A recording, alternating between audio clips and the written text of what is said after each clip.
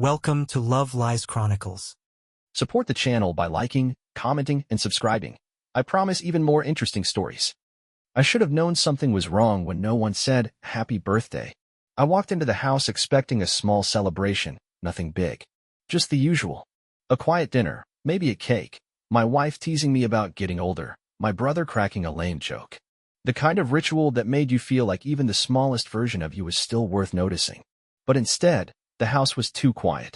Not the comfortable kind. The waiting kind. The loaded kind. They were all sitting in the living room. My wife, my parents, my sister. Even my younger cousin who never showed up unless there was a barbecue or a reason to borrow money. Nobody smiled when I came in. No one moved. Just this weird silence that made my heartbeat slow down in confusion. "Hey," I said carefully, setting my keys on the entry table. "Everything okay?" My wife stood up first. She always did when she wanted control of her room. "Sit down," she said. "We need to talk." Those 4 words. I don't think anything decent ever follows them. I glanced at my father, who couldn't look at me. My mother stared straight ahead, arms folded. My sister rolled her eyes like this was already a done deal. It felt like an ambush. Because it was. I sat. She didn't wait. "We've all been talking," she said, folding her hands like she was reading from a cue card. "And we think you've been struggling." "Struggling?" I repeated. With direction. With purpose. With providing. That was her tone. Calm. "I see." And somehow worse than if she'd screamed at me. She sounded like she was telling me the weather forecast. "We're not doing this now," I said, trying to smile, trying to pull it back to normal. "It's my birthday, remember?" That's when my sister laughed under her breath. One of those dry, half-snorted chuckles that makes it clear she didn't think I'd still be clinging to that fact. "Exactly," she said. "That's what makes this harder." Harder for them, apparently. I looked around. Still no one moved. No gift. No card. No dinner. Just this stale, rehearsed speech about how I wasn't moving forward in life. It wasn't sudden, I realized. This had been discussed. Decided. Maybe even voted on. "You've been stuck," my wife said, like she was diagnosing a sickness. "And it's pulling all of us down." "I've tried. We've all tried. But maybe what you need is space." Space. That word hit harder than I thought it would. "And where am I supposed to go?" I asked, my voice quiet. She shrugged. "You'll figure it out. You always land on your feet. You're resourceful." That fake encouragement wrapped around a command. "Leave." That's what she meant. I turned to my parents. My mother opened her mouth, then closed it again. My father just lowered his gaze. There was no rage in me. Not yet. No explosive argument or slamming doors. Just this cold weight in my chest that felt like my lungs were being crushed. I don't even remember walking upstairs, but somehow I was in our room, no, her room now, pulling clothes into a gym bag. I didn't say anything as I came back down. Didn't ask why. Didn't beg. Didn't scream. I just walked out into the night, birthday still printed on the date of my license in my back pocket, wondering if I'd just been evicted from my own life. They didn't call after me. Didn't check if I had a place to go. And I didn't look back. Not because I didn't want to, but because I knew if I did, I might never leave. The first night, I slept in my car. Not because I had to, but because I didn't know where else to go. I parked behind an old gas station off the highway where the lights didn't hit too hard. Reclined the seat, pulled my jacket over my chest, and stared at the roof until my eyes blurred. I kept waiting for a text. Just one. Maybe from my wife. Or my sister. Or even my father, pretending he needed help moving something in the garage as a cover for checking on me. Nothing came. The second night, I called Jamie, an old friend I hadn't seen in years. We weren't close anymore. Just shared a few beers every now and then back when life felt lighter. But he picked up on the second ring. I didn't tell him everything. Just that I needed a place to crash for a few days. He offered the corner of his garage without hesitation. Said the pull-out couch was dusty but better than leather seats. I took it. 3 days became a week. A week turned into a month. Jamie never asked questions, and I never offered explanations. I spent my days doing odd jobs, helping a local mechanic with tire rotations, unloading pallets at a supply yard. Cash work. Under the table. Just enough for gas and food. The shame came in waves. At night mostly. When the garage would get cold and the quiet would start to feel like punishment. I'd wonder how my wife was sleeping, what my mother told her friends. If my birthday was even remembered once I was out of sight. One night, Jamie knocked on the side door with a beer in hand and said, "You ever think about working for yourself?" I looked at him like he'd asked if I wanted to fly to the moon. But he was serious. Told me about a client of his who flipped houses, needed someone reliable to help with drywall and flooring. Said I had the hands for it. I'd always been good with my hands. Even built my parents' deck years ago. Never thought much of it back then. I said yes. What started as a side hustle turned into full days. I learned fast. Paid attention. Started asking questions, reading, watching videos in the garage late into the night. Saved every penny. Ate the same damn chicken and rice every day for months. When Jamie's cousin decided to offload a rundown cottage in a forgotten part of town, I bought it. Didn't ask anyone for help. Took the keys, rolled up my sleeves, and worked from the inside out. It was a mess. Holes in the drywall, mold in the corners, floors warped from water damage. But it had a roof. And I had time. I lived in it while I fixed it. Showered at the local gym. Took extra gigs on the weekends to buy supplies. The transformation was slow, and no one noticed. Because no one was looking. And I liked it that way. The house wasn't much. But it was mine. The first thing I'd ever built that nobody could claim credit for. I planted a maple tree in the front yard and didn't tell anyone why. Spring turned to summer. Then fall. One day, while checking my company's email account, I had started a small home repair service called Second Nail Solutions, mostly word of mouth. I got a message from a client who said, "You've got a gift. Your work made my house feel like home again." I stared at that sentence for a long time. That was the first moment I realized I hadn't just survived. I'd started to become someone else. Someone better. And I hadn't heard from my family in almost a year. For all they knew, I could have been sleeping on a park bench. For all I knew, they didn't care. But that was fine. I didn't need them to see me. I didn't mean for anyone to find me. Success wasn't something I broadcast. There were no ribbon-cutting ceremonies, no flashy announcements. Just a quiet grind, a company built from calluses, and a growing list of clients who paid on time and recommended me twice. Second Nail Solutions wasn't a corporation. It was a truck, a toolkit, a man with a clipboard and a sense of follow-through. But word of mouth spread like wildfire in a town starving for reliability. Fixer-uppers. Kitchen remodels. Foundation issues. I said yes to everything. 6 months after I bought the house, I had my first full-time employee. By the next spring, I had 5. And still, no one from my family knew. Not until that supermarket run. I had just grabbed a few things, some meat, coffee, a 6-pack of the same beer Jamie and I used to drink in his garage when I ran into Emily. My cousin. The same cousin who sat stone-faced on that birthday ambush, nodding along like I was some stray animal overstaying his welcome.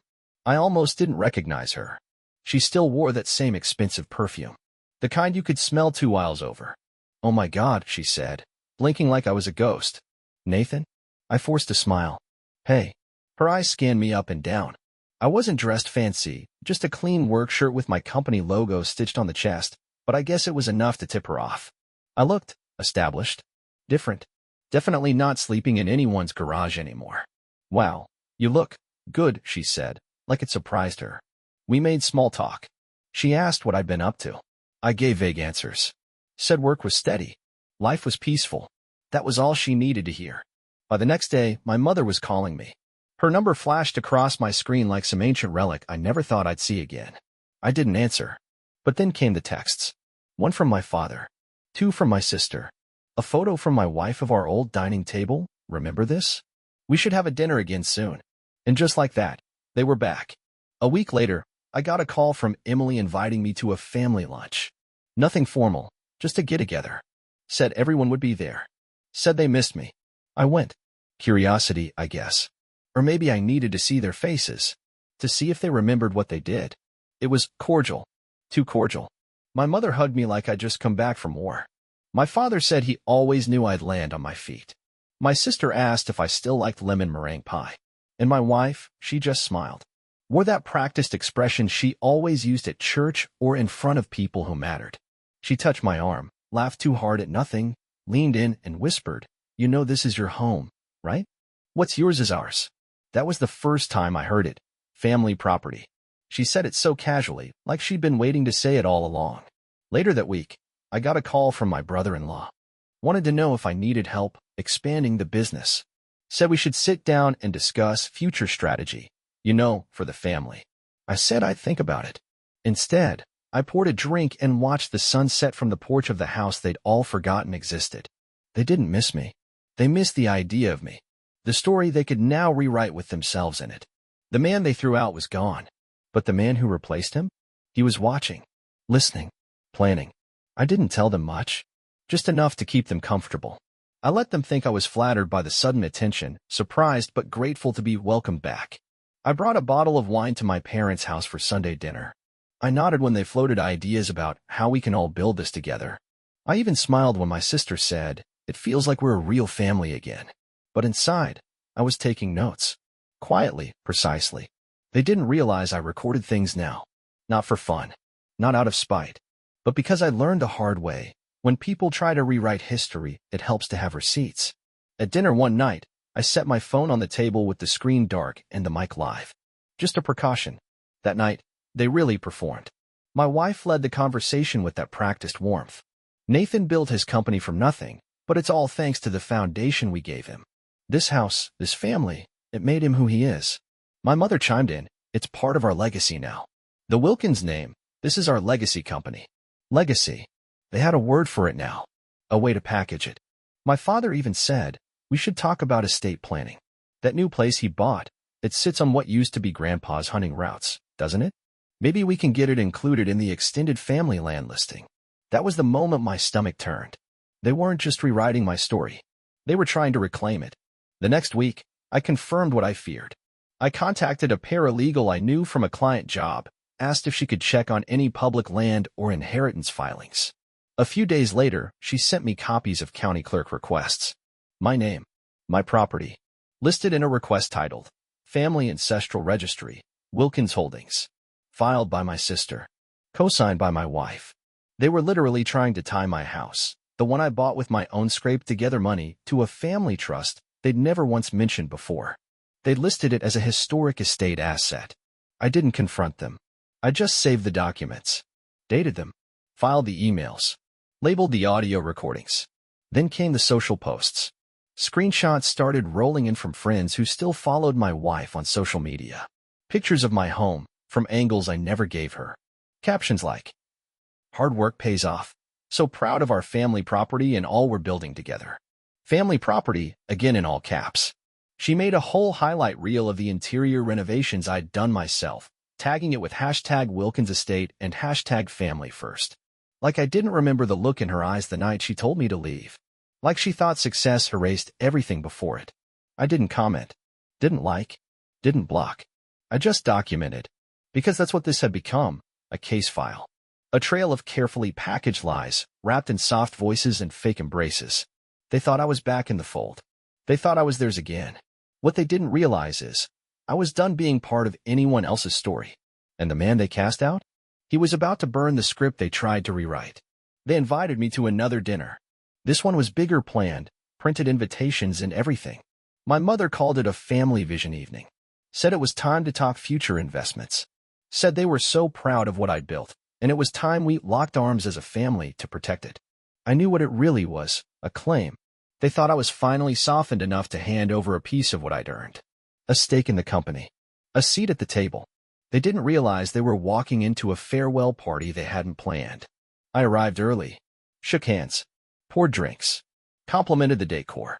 My wife smiled like she was finally back where she belonged on my arm, next to my success. My sister raised a toast to rebuilding what matters, to family property, to us. I let them talk, let them lay out their vision. My father even pulled out a folder labeled Family Share Plan, with sections marked for my siblings and a clause assigning long-term voting rights over major company decisions to be handled collectively. They had it all mapped out.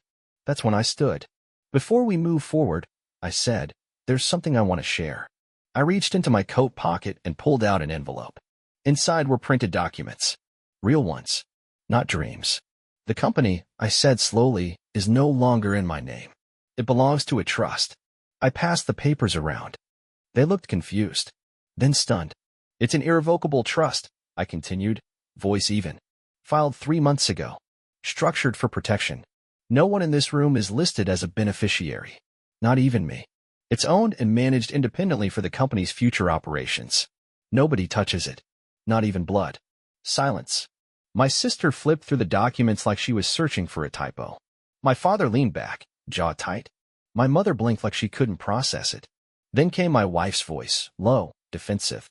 Why? Why would you do that without talking to us? You lost that, right? I said. The day you threw me out like I was in your way. On my birthday. Her expression shifted from confusion to realization to fear. I reached into my coat again, pulled out another envelope. This one's for you. She stared at it. Divorce papers, I said gently. You'll be served formally by the end of the week, but I wanted you to hear it from me.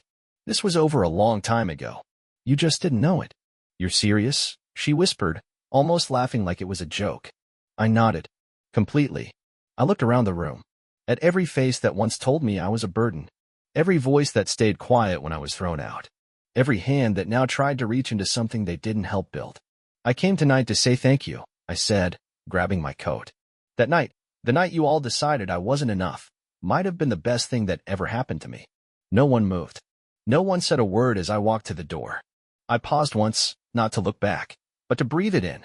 The smell of comfort that had once blinded me. The kind of safety that wasn't real. Then I opened the door and left. And I never went back. But there was another path I could have taken. If I had stayed that night, if I had argued, begged, tried to convince them I still belonged, I might still be sitting in that house, carrying the weight they dumped on me. Maybe they would have let me stay, sure. But I'd be less than a man. Just a tolerated presence. Quiet. Bitter. Resigned. I'd be repairing their roof instead of building my own future. I've often imagined a different outcome, one where I believed their second chance. If I had taken their hugs and their fake smiles at face value, if I had believed that dinner meant redemption, I would have handed over everything. Bit by bit, they would have drained me. One family project at a time. My wife would have found a way to get her name on the deed. My sister would have convinced me to co-sign something. And one day, I'd wake up and realize the house I rebuilt had someone else's name on the mailbox. They wouldn't just have taken my company. They would have taken me. But they didn't. Because I left. And I remembered what they all forgot. You can only call something family property if you stayed to build it. They didn't. And that's the difference. Dear listeners, please share your thoughts in the comments, and do not forget to like, share, and subscribe to the channel.